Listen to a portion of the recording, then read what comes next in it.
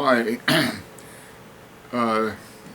this is my third in this series of three reforms, third video.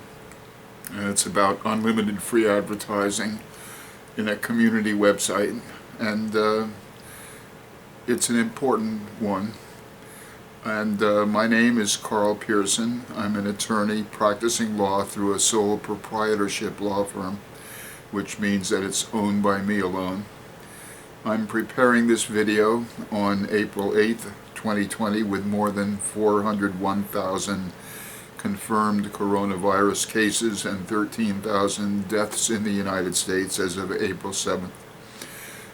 In this video, I'm going to discuss the third of my three reforms that can create prosperity in a municipality defined by a single zip code up to several contiguous zip codes.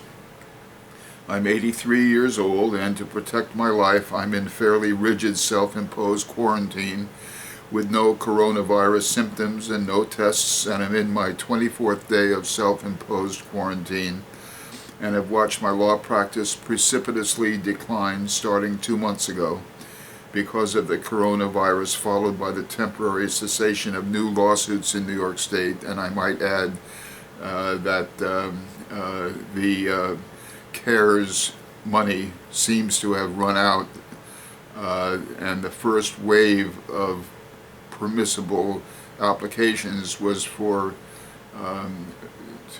people that had paychecks. For small businesses, independent contractors, it seems like there's no money at all. So that's just one more factor that small business has to face. Because the highest level, that is the federal level of government in the United States, is unable to solve the nation's economic problems, I want to explain how the lowest governmental level, that is comparatively small municipalities defined by a single or up to 5 or so contiguous zip codes, can do the job. Only 3 reforms are needed, as I have discussed in my last 3 videos. My third reform is unlimited free advertising in a community website to be advertised at community expense with 70-mile radius low-cost radio advertising and marketing through internet searches throughout the world, which will produce substantial income for the advertisers and local high-paying jobs, and enable small businesses to be competitive in advertising with the largest national businesses such as McDonald's. Now that's a lot to accomplish, and it does, I think. In my last 2 videos I explained how zip codes are assigned to define a single local government. Thus a zip code, or series of contiguous zip codes, defines a municipality and the physical area of that local government. We know from the zip code of a resident or business whether the resident lives or the business is located within the governmental area defined by the zip code. This enables us to reach such persons by mail and by door-to-door solicitation, thereby helping out in the solicitation of signatures on petitions for ballot initiatives or get out the vote drives, for example. It is comparable to the ward healing, which people will remember occurred very successfully, at least in New York City during the 1920s or so, where a ward captain for the obviously Democratic Party at that point would know every single voter in a block or two, and that would be his ward. He would be the ward healer, and any problems would be directed to him. He would solve them, and the voters would then vote Democratic. That was the way it worked. Well, we need ward healing. We need to go back and know the voters and talk with them, and it's possible in a small zip code area where the government is defined by that zip code, and the people are numerous The number of people is not that much where you can actually find out who they are and talk with each of them. So here is what you should know about the community-free advertising website.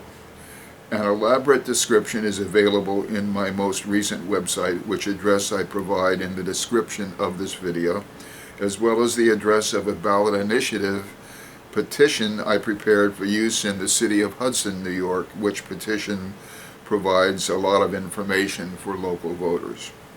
I'll just refer to the community website as website from now on. Number one, the website is to be marketed by the municipality through a huge number of low-cost radio ads reaching 70 miles around the municipality. Also, similar to eBay, the website ads will be picked up by the various search engines so that the advertising will be available in almost every country in the world. Basically, the website will be a free local eBay for ads of all types and unlimited in quantity. 2, of course, illegal ads will not be allowed. 3, by allowing and actually encouraging unlimited advertising by every resident and business or other entity located in the zip code, the website will have many millions of ads. 4, advertisers will be encouraged to place ads for whatever they are seeking and for everything they may want to sell in or buy for their home, and as to each item in a store or inventory. 5, a business wanting to repair parts for old automobiles, for example, could have one ad saying, rebuild window handle for 1917 Nash, $100 plus shipping. And more ads changing the year from 1918 to 1977, for example, another 60 ads, and then changing those 61 ads for the 1,000 other auto manufacturers in the U.S., and then changing the ads for the thousands of parts in a single automobile. And remember, there are perhaps 50,000 different models of cars. I mean, the permutations and combinations are just incredibly large here, just for autos. Then there are trucks and mobile homes and stationary prefab homes, refrigerators, vacuum sweepers. I can see hundreds of millions of highly specific ads that will result in sales for the advertisers. Imagine service ads such as remove stones and boulders, $60 per hour, share a car trip from Omaha to Lincoln, Nebraska twice per week. Ads are for whatever you think might be a market for your time and effort. 6, numerous jobs and small businesses are needed to service advertisers and the website, including maintenance of a system that is able to eliminate stale ads and to fulfill orders.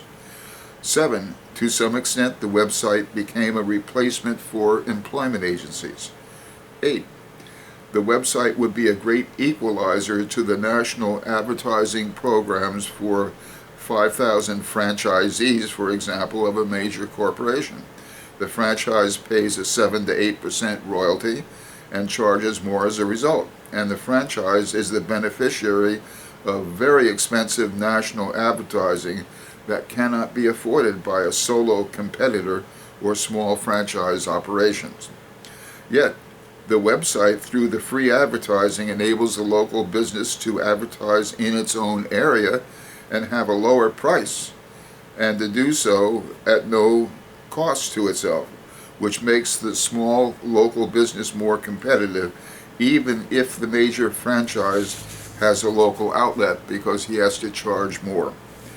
9, homeowners can start businesses with the free advertising, such as ads seeking specific antiques, to compete with antique dealers and buyers who regularly attend auctions and visit antique stores to find bargains. Now that's just a beginning of what this imagined local website can do with free advertising and fully promoted at communal expense.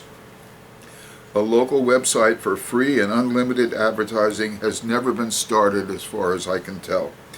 And I see an amazing economic growth for communities that provide this service to their residents, businesses, and other entities with a physical presence in the zip code.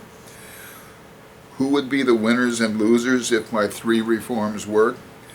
Banks would see their real estate portfolios, both owned real estate called REO, real estate owned, and the mortgage interests that they have.